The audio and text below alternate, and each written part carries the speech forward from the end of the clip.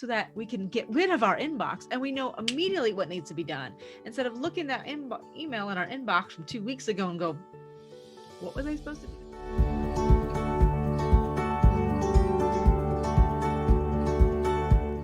Hey there, Bethany George, Follow-Up Boss.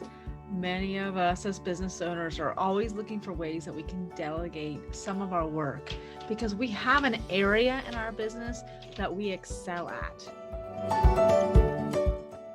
There's an area in our business that we truly excel at, and that is where we want to live. That is that space that we want to operate in, whatever it may be. If it's coaching, if it's speaking, if it's writing, if it's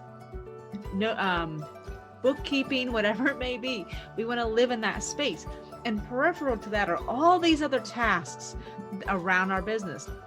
Many of them are specifically business building skills and tasks and things that need to be done that can pull us away from that piece that we love to do and we're good at. And many of these peripheral tasks and to-dos not only take us away from our area of expertise, but also can be very challenging for us to do, just because mentally they can be a lot of work, or maybe we're not great at it. And that's where we'll look at delegating those tasks to other people. Sometimes this delegation is to a virtual assistant, a VA. Sometimes this is hiring an outside contractor who's skilled at that, such as a social media manager, whatever it may be. But let me tell you a little trick that's really important as you start thinking about your own business, those things you are not good at or don't enjoy doing, how to hand them off to somebody else. One of the important pieces to this is knowing what is the to-dos that are required to that. Now, some of us are super analytical and it's super easy for us to break down a project into to-dos, and then from there we can delegate out. Some of us, it's a little more challenging to do. And anytime we are looking to do that, there are different ways. Like, even if we can figure out what needs to happen, maybe we're not sure what we need to do with that to-do list and how to pass it off. I want to share with you a quick little trick. So for those of you who have a CRM, this will be so much easier. For those of you who do not, firstly, why don't you? I want you to think about what your own process is and how you can break this into your own process. Now, as you start to think about delegation, if you are not currently using an official CRM, as always, I strongly encourage you to look into doing so. It will make this whole process so much easier. That said, let's start with what you got. I want you to find a process and implement a process that works for you. I don't want you jumping into another program that you're not going to use. So if you're looking to get set up into a new CRM or add a new process, look into getting support to do that so you can implement it in a way that will actually work. Just like starting a new gym, you don't want to walk in and be like, I'm not sure which equipment I should be using or how, or what's the right one for me. That's where you get a coach. This is the case in any time in business. I digress. What you'll do is think about it this way. How many times have you gotten into your email inbox? One of the most important,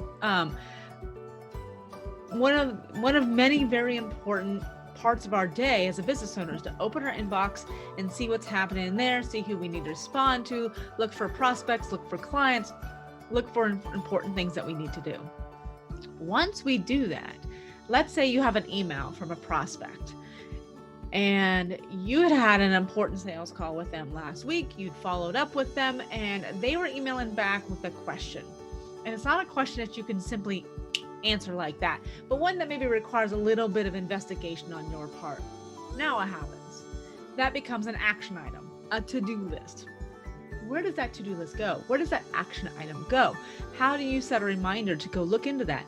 Do you immediately go do it right then and leave your inbox?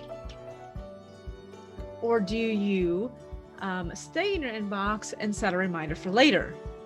It's kind of the question that many of us struggle with.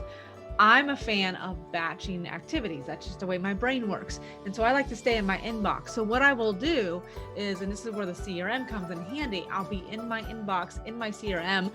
I'll get an email from somebody that requires an action from me.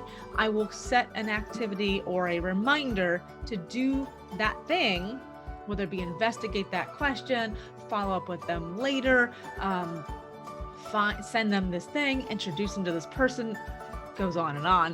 Whatever that to-do is, I will set what's called an activity in my CRM, or a to-do list or a reminder connected to that person for the day that makes sense for me to complete it. And now I can actually archive that email, because I know that email will live with that contact still, and I can still find it later, but it's out of my inbox, and I move on to the next person, and so on and so forth. And it's the best way for me to just keep moving through my emails and not get lost down a rabbit hole.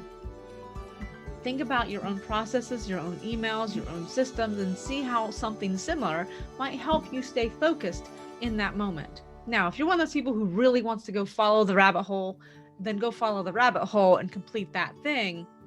And then you have to obviously remember to come back to your inbox. But some things just cannot be completed in that moment. And that's where that activity, that action item is required. So look how you can create action items for you. And what happens here, this is where delegation comes in handy. So when I have a similar thing like this, I need to do one of these things that I have delegated. So for my own VA, when I'm ready, when I know this is a task that she can complete for me, I can then set an activity that is assigned to her, and I no longer have to worry about it. Again, I can archive that email and move on and know that she will take care of it, and I do not need to worry about it. Very important process in staying organized. I know many of us love the idea of inbox zero, and it just feels completely impossible. The reason why it usually is impossible is because there's emails sitting there waiting for some to do. And so we let it sit there thinking, I'll get to it, I get to it. But what we can simply do is set an action item from each of those emails so that we can get rid of our inbox and we know immediately what needs to be done. Instead of looking at that email in our inbox from 2 weeks ago and go, what was I supposed to do? And now I have to go open it and go down another rabbit hole. Well, when we can do it this way, set action items, we know exactly what we need to do, with whom we need to do it, and when we need to make it happen, and get it out of our heads and get out of our inbox. I hope that was supportive. We'll talk to you soon.